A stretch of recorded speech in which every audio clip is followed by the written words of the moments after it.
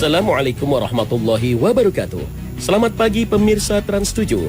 Khazanah Ensiklopedia Islam Dunia pagi ini kembali hadir ke hadapan Anda untuk berbagi informasi Islami. Semoga menginspirasi dan menjadi motivasi aktivitas Anda hari ini. Pemirsa Khazanah, akan datang sebuah masa bumi yang kita tempati dengan aman dan nyaman ini akan mengalami keguncangan dengan seguncang-guncangnya.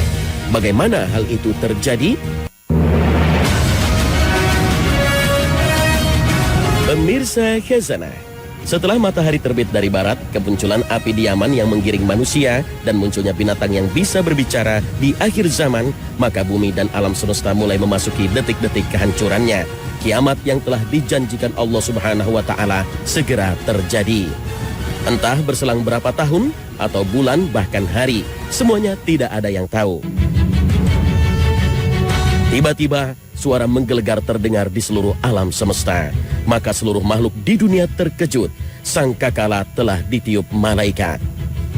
Dan ingatlah hari ketika ditiup sangkakala, maka terkejutlah segala yang di langit dan segala yang di bumi, kecuali siapa yang dikehendaki Allah, dan mereka semua datang menghadapnya dengan merendahkan diri. Al-Quran Surah An-Naml ayat 87. Inilah tiupan pertama dari 3 tiupan perintah Allah Subhanahu wa Ta'ala yang disebut dengan nafkhatul faza, atau tiupan mengagetkan yang menyebabkan kepanikan atau terkejutnya seluruh makhluk. Pada tiupan ini, seluruh alam semesta termasuk langit dan bumi serta alam buana akan berguncang dengan sebenar-benar goncangan. Mendatarkan gunung dengan bumi selumat-lumatnya, meletuskan gunung-gunung dengan dahsyatnya sehingga menjadi debu yang bertebaran, membuat laut-laut saling beradu dan mengeluarkan api yang menyala. Langit akan pecah luar biasa dan hilanglah hukum gravitasi yang biasa kita kenal. Bintang-bintang berjatuhan, planet-planet saling bertubrukan. Bersatulah matahari dengan bulan dan hilanglah cahayanya. Setelah itu keadaan alam semesta kembali seperti sebelum Allah menciptakannya. Hal ini terjadi dengan tiba-tiba saat semua manusia sedang sibuk mengurus urusan dunia mereka. Allah Subhanahu wa Ta'ala berfirman, dan mereka berkata, bilakah terjadinya janji ini, hari berbangkit jika kamu adalah orang-orang yang benar?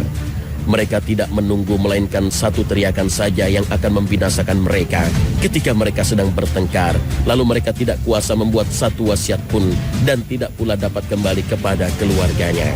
Al-Quran Surah Yasin ayat 48 hingga 50. Tiupan sangkakala yang pertama ini panjang, seluruh makhluk ketakutan dan amat terperanjat. Dampaknya pun sangat dahsyat sebagaimana disebutkan dalam Al-Quran, sehingga ibu yang menyusukan anaknya akan mencampakkan anaknya. Orang yang hamil tiba-tiba melahirkan anaknya walaupun janinnya masih muda. Manusia juga lintang kukang seperti kupu-kupu bertebaran. Suara menggelegar yang menyebabkan keguncangan dan kepanikan semua yang berada di langit dan di bumi, kecuali siapa-siapa yang dikehendaki oleh Allah Subhanahu wa Ta'ala. Lalu siapakah yang dikecualikan oleh Allah Subhanahu wa Ta'ala yang tidak terkena dampak kedahsyatan tiupan sangkakala pertama ini? Meski bersumber dari riwayat yang tidak terlalu kuat, sebagian ulama menjelaskan mereka itu adalah para nabi dan orang-orang yang mati syahid. Mengapa demikian? Bukankah mereka telah wafat? Para nabi dan orang-orang syahid itu sudah wafat jauh sebelum kiamat. Bukankah Allah Subhanahu wa Ta'ala telah memberitahukan pada manusia bahwa sebenarnya orang-orang yang mati syahid itu hidup, tidak mati, dan terus mendapatkan rezeki dari Allah Subhanahu wa Ta'ala? Sebagaimana difirmankan Allah Subhanahu wa Ta'ala, janganlah kamu mengira bahwa orang-orang yang gugur di jalan Allah itu mati. Bahkan mereka itu hidup di sisi Tuhannya dengan mendapat rezeki. Al-Quran Surah Ali Imran ayat 169. Lalu di manakah ruh-ruh para syuhada yang masih hidup ini? Nabi SAW mengabarkan dalam sabdanya, sesungguhnya ruh-ruh para syuhada itu ada di dalam tembolok burung hijau. Baginya ada lentera-lentera yang tergantung di arsy. Mereka bebas menikmati surga sekehendak mereka, kemudian singgah pada lentera-lentera itu. Hadis riwayat Muslim.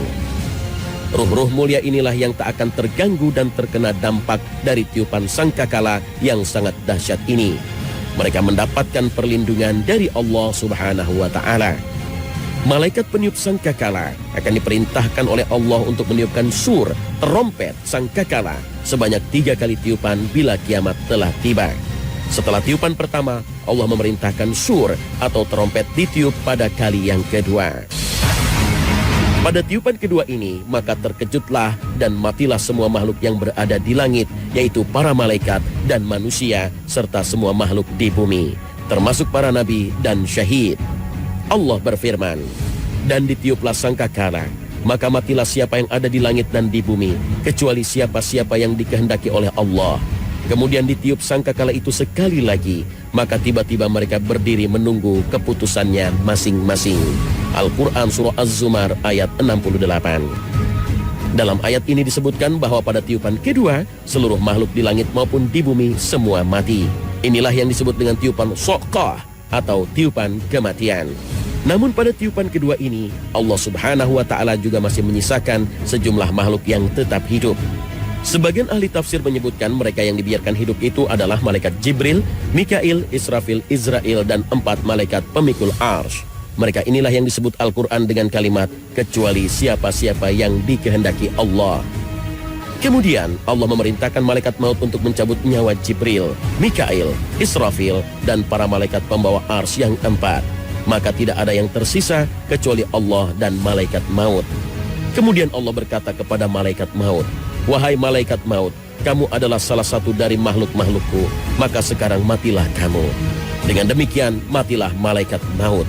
Maka tidak ada yang tersisa kecuali Allah yang maha perkasa, yang maha hidup, yang tidak pernah mati, yang awal, yang tidak ada sebelumnya sesuatu apapun, yang akhir, yang tidak ada sesudahnya sesuatu apapun. Kemudian Allah berkata, akulah raja, akulah penguasa. Di manakah raja-raja bumi? Di manakah para penguasa? Di manakah orang-orang yang sombong? Dan untuk siapakah kekuasaan pada hari ini? Pada hari itu, Allah Subhanahu wa Ta'ala menunjukkan keperkasaannya dan keesaannya, bahwa sifat sombong itu hanya miliknya. Imam Muslim meriwayatkan sabda Nabi SAW, Allah Azza wa Jalla akan menggulung langit-langit kelak di hari kiamat. Kemudian ia mengambilnya dengan tangan kanannya dan berfirman, akulah raja. Di manakah orang-orang yang selalu bertindak sewenang-wenang? Di manakah orang-orang yang selalu menyombongkan diri? Kemudian Allah menggulung bumi-bumi dengan tangan kirinya dan berfirman, akulah raja. Di manakah orang-orang yang selalu bertindak sewenang-wenang? Di manakah orang-orang yang selalu menyombongkan diri? Hadis riwayat Muslim.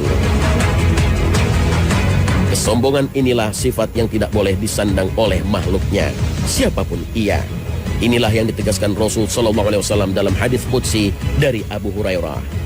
Allah Azza wa Jalla berfirman, kesombongan adalah selendangku dan keagungan adalah kain sarungku. Barang siapa bersaing turut memiliki dalam salah satu dari kedua hal tersebut, maka benar-benar akan aku lemparkan dia ke neraka. Hadis riwayat Abu Daud, Ibnu Majah, dan Imam Ahmad.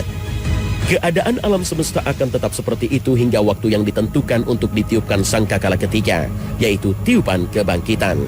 Entah berapa lama jarak antara waktu tiupan kedua dan ketiga atau tiupan kematian dan kebangkitan. Namun Imam Bukhari meriwayatkan sabda Nabi SAW, jarak antara dua tiupan adalah 40.